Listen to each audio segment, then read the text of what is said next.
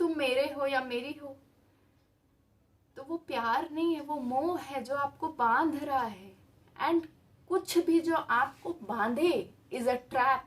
पता नहीं, मैं समझ नहीं पाती हूँ कि लोग सामने से अपनी फैमिली में आसपास लोगों को मरते हुए देखते हैं, लोगों को ये शरीर छोड़ते हुए देखते हैं, रोते हैं, बिलखते भी हैं, कुछ दिन शोक भी मनाते हैं, लेकिन ये ज्ञान उनके दिमाग में क्यों नहीं आता कि ऐसा ही एक दिन उनके लिए भी आना है।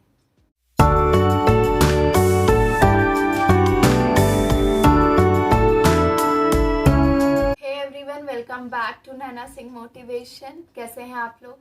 आप लोगों ने वो भजन सुना होगा ना, मेरा आपकी कृपा से सब काम हो रहा है, करते हैं आप कन्हैया और मेरा नाम हो रहा है। कितना प्यारा भजन है।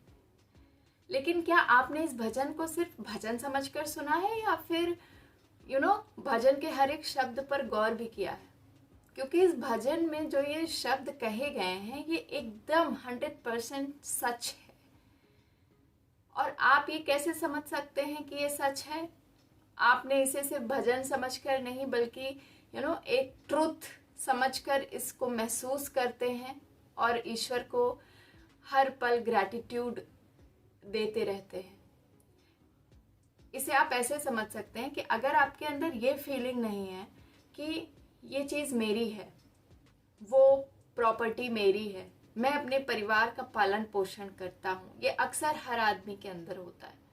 हर आदमी, I mean 98 to 99% लोग यही चिंता में रहते हैं कि वो नहीं होंगे तो उनके पीछे से उनके परिवार का क्या होगा, उनके बच्चे को क्या होगा, उनकी बीवी का क्या होगा, फ्यूचर सबका कहाँ से कहाँ हो जाएगा, है ना। बूढ़े माँ बाप हैं तो उनका क्या होगा, XYZ फैमिली में जो कोई भी है उनका पालन पोषण कैसे होगा, है ना।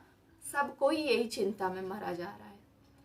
तो एक्चुअल में अगर आपको ये लगता है कि आप ये कर रहे हैं, आप पालन पोषण कर रहे हैं, तो फिर आपने इस भजन को पूरे मन और श्रद्धा से शायद नहीं सुना।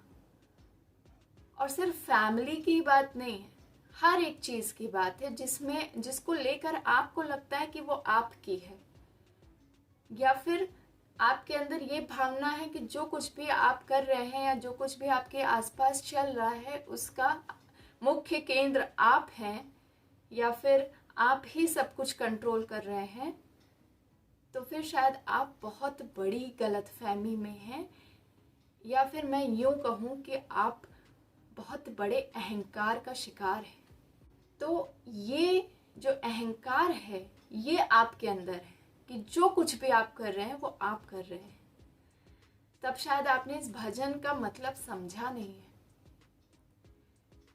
क्योंकि इस भजन के बोल ही हैं कि मेरा सब काम आपकी कृपा से चल रहा है। मतलब ये है कि जो कुछ भी चल रहा है, जो कुछ भी मैं कर रही हूँ, जो कुछ भी मेरे दिमाग में थॉट्स आ रहे हैं, मैं करने के काबिल हूँ। मैं बच्चों का पालन पोषण, मैं फैमिली का देखभाल, या फिर जो भी चीज़ें जो मैं मेरी कहती हूँ वो कुछ भी मेरा नहीं है। जो कुछ भी है वो आपका है, स्वयं ईश्वर का है। जब तक ये भावना अंदर नहीं आती है ना, तब तक हम बहुत बड़े अहंकार में जी रहे होते हैं। तो हर एक मनुष्य, आपने कहता हुआ सुना होगा, या फिर ज़्यादातर मार इसी के पीछे है कि वो प्रॉपर्टी मेरी है। लोग प्रॉपर्टी के लिए एक दूसरे को मार डालते हैं, घर में बंटवारा तक हो जाता है प्रॉपर्टी के पीछे, जायदाद के पीछे। एक चम्मच के लिए लोग लड़ मर जाते हैं, ठीक है। गाली गलौज पे उतर आते हैं, रिश्तों की पवित्रता को तार तार कर देते हैं।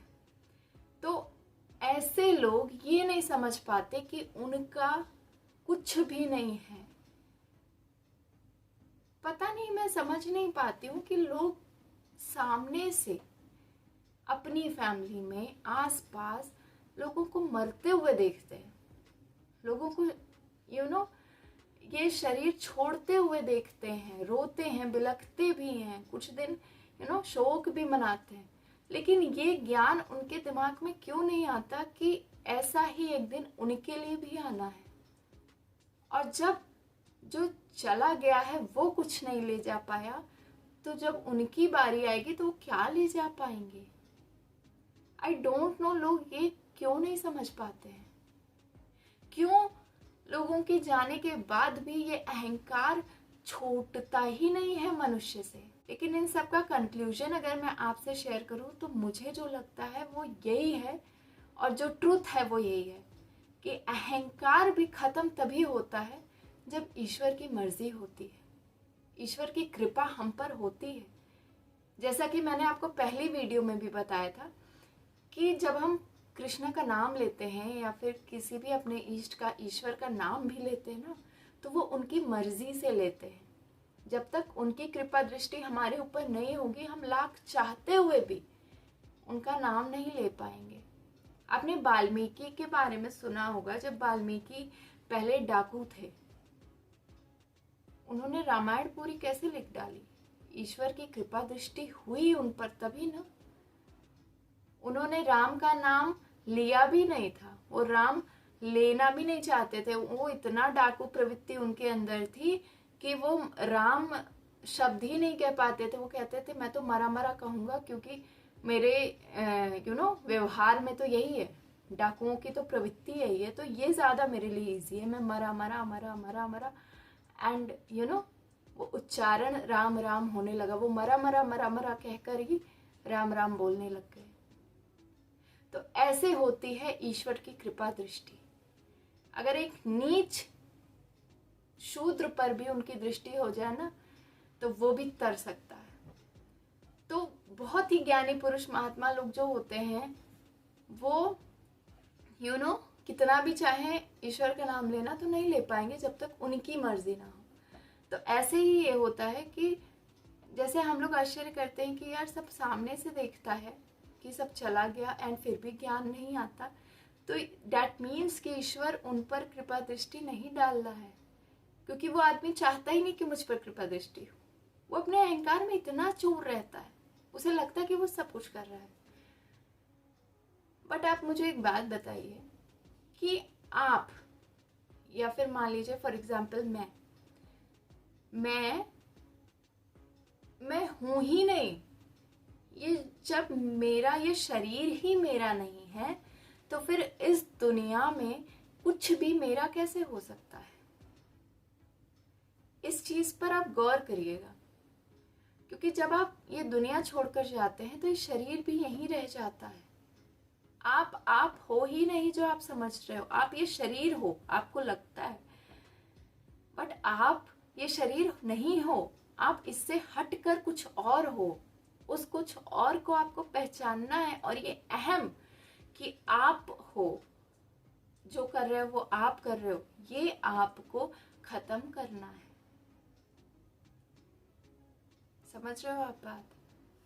क्योंकि जब तक आप ये नहीं खत्म करोगे ना, ये अहम नहीं खत्म करोगे, तब तक ये एक पर्दे का काम करेगा। ईश्वर की रोशनी उस पर्दे को पार ही नहीं कर पाएगी, और ये पर्दा हटाना आपका काम है।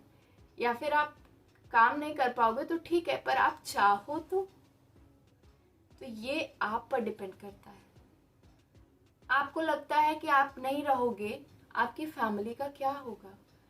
आपने बच्चा पैदा किया है, तो उस बच्चे का क्या होगा आप नहीं रहोगे तो? But that makes a big nonsense, क्योंकि जो आपने बच्चा पैदा किया है वो आपको लगता है, बट सच ये है कि ईश्वर की कृपा से वो बच्चा आपकी लाइफ में आया है। ठीक है, ईश्वर ने आपको ये सौभाग्य दिया है कि आप किसी बच्चे का पालन पोषण कर सको।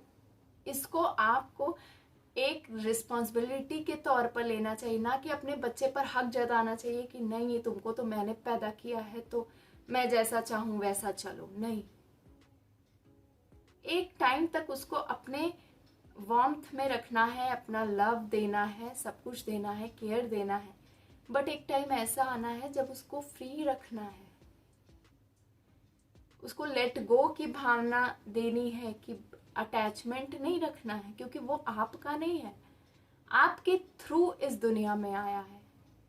And that is why you deserve a place, unique place, तब जाकर आप एक महत्वपूर्ण स्थान रखते हो उस बच्चे की ज़िंदगी में, क्योंकि वो आपके थ्रू आया है, आपका नहीं है। वो कोई जायदाद, कोई प्रॉपर्टी नहीं है कि आपका है, आप उस पर हक जमा सकते हो। अरे पहले आप अपने शरीर पर हक जमा कर दिखाओ कि ये शरीर मेरा है, इसको मैं नहीं ले जाने दूंगा किसी को, है ना? तब आप किसी और पे हक जताओ। तो कहने का मतलब ये है कि जब तक आप ये अहंकार नहीं छोड़ोगे, तब तक ईश्वर की कृपा दृष्टि आप पर नहीं होगी। और एक चीज आप ये भी जान लो कि इस दुनिया में ये जो कुछ भी है वो भ्रम है, माया है।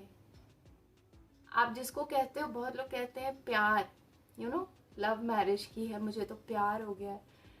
बट मैं आपको बताऊं, और प्यार में भी अगर ये भावना है कि वो तो मेरा है या मेरी है, मैंने शादी कर ली, मैंने नाम दे दिया उस प्यार को, बच्चे पैदा कर लिए, बड़ी खुश हूँ, ओके, बहुत सब खुश है, पर उसमें भावना क्या है कि तुम मेरे हो या मेरी हो? तो वो प्यार नहीं है, वो मोह है जो आपको बांध रहा है। एंड कुछ भी जो आपको बांधे इज अ ट्रैप। समझ रहे हो आप? ट्रैप क्या है? जो आपको फ्रीडम ना देकर आपको बांध ले, वो ट्रैप हुआ। जो आपको कुछ जिम्मेदारियों का एहसास दिलाकर, कुछ रिश्तों का मोह दिखाकर आपको जकड़ ले, वो रिश्ता नहीं है, वो रिश्ता है बंधन। उसको बंधन बोलते हैं, बंध जाना। एंड जिसमें हम बंधते हैं उसको सही भाषा में मोह कहते हैं, मोह जनित रिश्ता। और इस संसार में हम हर एक बंधन में बंधे हैं। डैट मीन्स हमें वो बंधन तोड़ना है। अगर आप किसी रस्सी में आपको बांध दिया जाए तो वो एक बंधन है। आप उससे तभी फ्री हो सकते हो जब आप उस रस्सी को तोड़ दो, तो आप फ्री हो। और आप देखो, मनुष्य से प्यार करने का मतलब है उसके साथ बंधन में बंध जाना। और उस बंधन को इस समाज में लोग कहते हैं कि हम तो बंध गए, डैट मीन्स हम खुश हैं, है ना? आप एक लव मैरिज कपल को देखोगे, आप किसी भी रिश्ते में हर किसी को देखोगे, जो कोई भी बहुत प्यारे रिश्ते में बना हुआ है, वो हर कोई अपने आप को बड़ा खुश समझता है। लेकिन वो ये नहीं सोच रहा है कि वो बंधन इज द ट्रैप। वो सिर्फ बंधन है ना? आपको अगर सही मायने में रिश्ता समझना है, रिश्ते का मतलब समझना है, तो रिश्ते में लेट गो की भावना होती है। रिश्ते में लोग बंधते नहीं हैं, रिश्ते में फ्री करते हैं। बट ये इंसानी स्वभाव नहीं है। जैसे आप अगर कृष्णा से प्रेम करो, है ना, किसी भी ईश्वर से प्रेम की दृष्टि से देखो, तो आपके अंदर वो बंधने वाली भावना नहीं आएगी। आपके अंदर वाली भावना आएगी कि यार हम तो हम सब चीज से फ्री होते जा रहे हैं। जब आप कृष्ण से प्रेम करते हो तो आपको लगेगा पीछे आपका सब छूट रहा है, आप सब चीजों से हटते चले जा रहे हो। आपके अंदर जो बंधन है, जो मोह है, वो खत्म हो रहा है। एंड आप अपने आप को फ्री पाओगे। वो होता है प्रेम, उसको बोलते हैं लव। तो इस चीज को समझना पड़ेगा। पर इस चीज से तभी फायदा है जब आप अपने अहंकार को खत्म करोगे। बिना अहंकार के प्रेम जागृत नहीं हो सकता। और आप ये कहना छोड़ दो कि आप बच्चे का क्या होगा, परिवार का क्या होगा। अपने आप को इतना अहमियत मत दीजिए, बिकॉज आपके बिना भी ये दुनिया चल रही थी। आप आए हो तो दुनिया चल रही है, ठीक है, अच्छी खासी चल रही है, बट आप नहीं रहोगे तो भी दुनिया चलेगी। ऐसा नहीं है कि आपके बिना किसी का कुछ रुक जाना है। एंड द ट्रूथ इज कि कोई सगा परिवार भी 2 दिन आंसू नहीं बहाता है। माया इतनी प्रबल होती है कि सब कोई अपने अपने काम में लग जाता है। तो इसकी सच्चाई को मानिए, अपने आप को अहम से मुक्त करिए। आप जो कहते हो ये आप कर रहे हो, ये आप कर रहे हो, आप कुछ नहीं कर रहे। जो कुछ भी हो रहा है आपसे कराया जा रहा है। आपको वो प्रेरणा दी जा रही है कि आप इधर जाओ, आप उठ के एक गिलास पानी लो, क्योंकि अगर ईश्वर की मर्जी नहीं हुई ना तो उनके बिना एक पत्ता भी नहीं हिलता। तो आप कुछ काम तो छोड़ो, आप सांस भी नहीं ले सकते। ये सांस भी उधार की है, ये भी आपकी अपनी नहीं है। तो आप एक चीज पे गौर करना कि जब इस शरीर की, आपके खुद के शरीर की कोई चीज आपकी नहीं है, तो फिर इस दुनिया में कोई चीज आपकी कैसे हो सकती है। कोई भी चीज है, आप ये सोच कर करो कि हे ईश्वर, हे कन्हैया, हे कृष्णा, जो कुछ भी है वो आप कर रहे हो, मेरा हर कर्म भी आपको समर्पित है, मुझे अहंकार से मुक्त करो। हमेशा अपने अंदर एक ये प्रेयर रखो कि हे कृष्णा, मुझे अहंकार से मुक्त रखो। मुझे कभी ये अहंकार ना हो कि मैंने कुछ किया है। ठीक है, मैं अगर कोई अचीवमेंट कर भी लूं तो उसका श्रेय मैं आपको देना ना भूलूं, इतना मुझ पर कृपा करना। तो ये एक प्रेयर हमेशा करते रहो। आप यहाँ पर सिर्फ एक जिम्मेदारी निभाने आए हो, हर रिश्ते के साथ वो जिम्मेदारी पूरी करो। उसमें ये अहम मत लाओ कि आपके परिवार का क्या होगा। अरे भाई, बच्चा उसने दिया है आपको, तो उसके हिस्से का खर्चा पानी भी वो आप तक पहुंचाएगा। अब उसकी मर्जी कि वो आपको काम कराकर आप ही से कमवाएगा उसके लिए खर्चा पानी, या फिर आपको घर बैठे ही वो किसी और से भिजवाता रहेगा, है ना। ये उसकी मर्जी है। आप सिर्फ इस घर में किराएदार हो। घर मीन्स ये पत्थर का घर भी, ये सीमेंट ईंट का घर, एंड ये घर भी, ये सिर्फ एक किराएदार के रूप में हो। ये घर भी खत्म होना है और ये घर भी रहेगा। आपके आने से पहले भी था ये, तभी आप इसमें पैदा हुए, और आपके ना रहने के बाद भी रहेगा। तो प्रॉपर्टी और इन सब के पीछे प्लीज आप लोग मार मत करिए, इस सच्चाई को समझिए। ठीक है, ये अहंकार से कुछ नहीं हुआ। अपने मन को थोड़ा हल्का करिए। एक बार ये भावना आएगी ना कि आप कुछ कर ही नहीं रहे हो, आपसे तो बस करवाया जा रहा है, तो आप, अगर आप ये सच्चे दिल से अपने अंदर ये मान लोगे ना, तो आप खुद देखोगे कि आप यहाँ से और यहाँ आत्मा से कितना हल्का हो, है ना।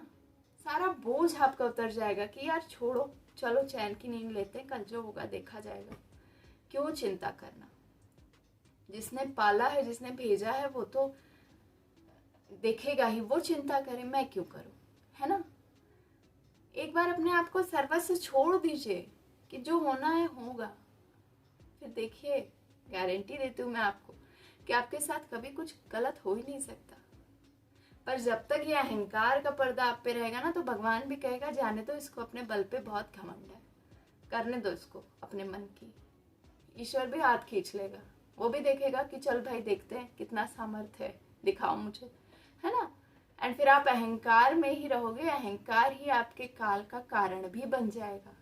आप अहंकार में ही ये दुनिया भी छोड़ दोगे, और फल ऐसा होगा कि अंत समय भी आपको ईश्वर का नाम लेना नसीब नहीं होगा। तो फिर आप भटकते रहोगे, है ना।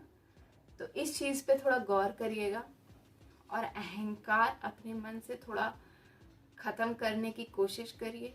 एक ग्रैटिट्यूड रखिए ईश्वर के लिए। वीडियो आपको कैसी लगी, मेरी बात आपको समझ में आई या नहीं आई, मुझे कमेंट करके ज़रूर बताया करिए आप लोग। चलिए फिर मिलती हूँ आपसे नेक्स्ट वीडियो में।